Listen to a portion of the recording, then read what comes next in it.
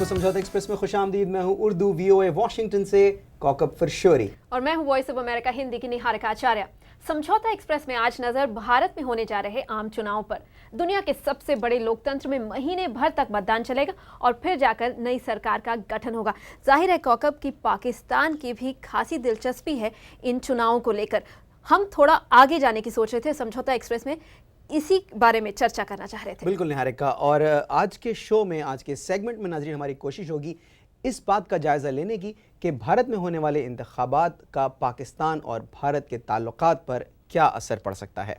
कौकब, चुनाव के पहली की असलियत तो ये है कि मुंबई हमलों की जो तहकीकात चल रही है उसको लेकर भारत और पाकिस्तान के बीच संपर्क ज़रूर बना हुआ है, लेकिन बाकी संबंध इस वक्त फिलहाल अच्छे नहीं चल रहे। हाँ निहारिका, लेकिन उम्मीद ये की जा सकती है कि ये इस वक्त इलेक्शन का एक एटमॉस्फेयर है, उसकी एक अपनी हीट होती है, उसमें बयानात भी कुछ ऐसे आ जाते हैं जो नॉर्मली पॉलिटिशियंस इलेक्शन के बाद शायद ना देना चाहें।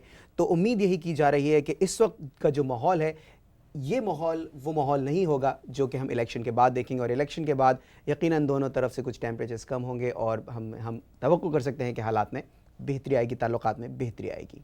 यहाँ अमेरिका में लगभग 25 लाख भारतीय मूल के लोग रहते हैं और इनमें से कई भारत में होने वाले चुनाव में भी योगदान दे रहे हैं। दो मुख्य पार्टियों कांग्रेस और भारतीय जनता पार्टी के अमेरिका में बसे प्रतिनिधियों से हमने पूछा कि उनकी नज़र में चुनाव के बाद भारत पाकिस्तान के संबंधों का क्या स्वरूप हो सकता है। इंडियन नेशनल ओवरसीज कांग्रेस के वॉशिंगटन DC चैप्टर के अध्यक्ष लविका भगत सिंह बताती हैं, पाकिस्तान में जो भी हो रहा है इस वक्त उसका इम्पैक्ट भारत के ऊपर ज़रूर पड़ता है, और इसको मद्दे रखते हुए भारत ने हमेशा कोशिश करी है और करते रहेंगे कांग्रेस पार्टी के नेता कि ये रिलेशनशिप अच्छा रहे,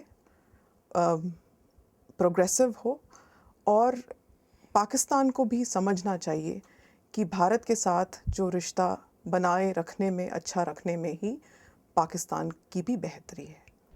कौकब, पड़ोसी देशों के बीच संबंध अच्छे होने चाहिए, एक ऐसा तर्क है जिससे कोई भी इनकार नहीं करेगा। और जब दोनों भारत और पाकिस्तान के लिए आतंकवाद सबसे बड़ा खतरा बना हुआ है तो ये दोनों देश मिलकर क्यों नहीं आगे बढ़ सकते। और इसी सिलसिले में हमने बात की overseas friends of the Bharatiya Janata party के अध्यक्ष अड़प्पा प्रसाद से। और बहुत कुछ हो सकता है दोनों देशों के बीच में। अगल बगल के देश है जैसे कनाडा और अमेरिका, क्या नहीं हो सकता है। जितना भारत तरक्की किया है उतना पाकिस्तान भी कर सकते हैं।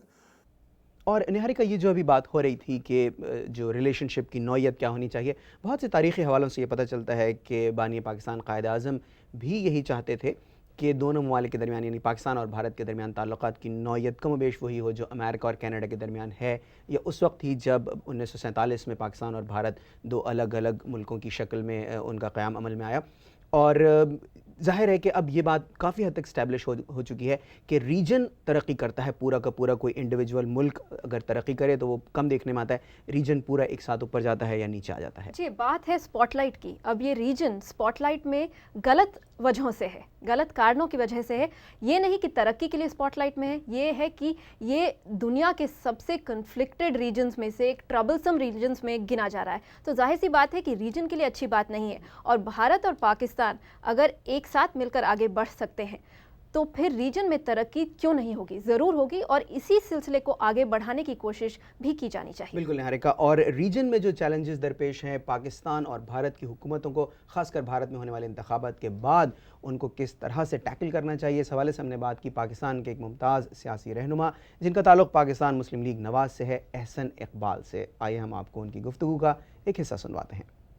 एक बहुत ज़्यादा मैच्योरिटी की ज़रूरत है, और हमें ये समझना चाहिए कि अब दुनिया में ख़ित्तों की जंग है। जनूबी एशिया को भारत और पाकिस्तान की कशीदगी ने बहुत पीछे धकेल दिया है। यहाँ पर अमन के ज़रिए ही हम गुर्बत को, जहालत को, बीमारी को, उसका मुकाबला कर सकते हैं। और अगर हम कशीदगी में धंसे रहे तो हमारे अवाम दुनिया में बहुत पीछे रह जाएंगे। निहारिका, जिन चैलेंजेस की तरफ एहसन इकबाल इशारा कर रहे थे, इनॉर्मस चैलेंजेस, पॉवर्टी और ज़ाहिर टेररिज्म, और ज़ाहिर दोनों मुल्कों के पास रिसोर्सेज लिमिटेड हैं, अनलिमिटेड नहीं है, और उनका इस्तेमाल उन्हीं जगहों पे होना चाहिए जो चैलेंजेस दोनों मुल्कों को ज़्यादा सख्ती से जिनका सामना है, जो ज़्यादा नुकसान पहुँचा रहे हैं मसाइल। दोनों देश पीस चाहते हैं, शांति चाहते हैं, और इस सिलसिले में आपको ये देखना पड़ेगा कि किस तरह से दोनों देश कॉन्फिडेंस बिल्डिंग मेजर्स एक बार फिर अप्लाई कर सकते हैं। उसके लिए टाइमिंग बहुत इंपॉर्टेंट है। चुनाव के बाद एक बार फिर बात इसी बात पर आकर रुकेगी कि भारत और पाकिस्तान के संबंध किस तरह बेहतर बनाए जा सकते हैं, और दोनों देशों को इस सवाल का जवाब देना होगा। तो इसी पर हमारी नज़र भी बनी रहेगी। समझौता एक्सप्रेस में हम भारत और पाकिस्तान के संबंधों के किसी न किसी पहलू को उठाते रहते हैं। अगले हफ्ते आपसे फिर मुलाकात होगी। फिलहाल कौकब और निहारिका को इजाज़त दीजिए।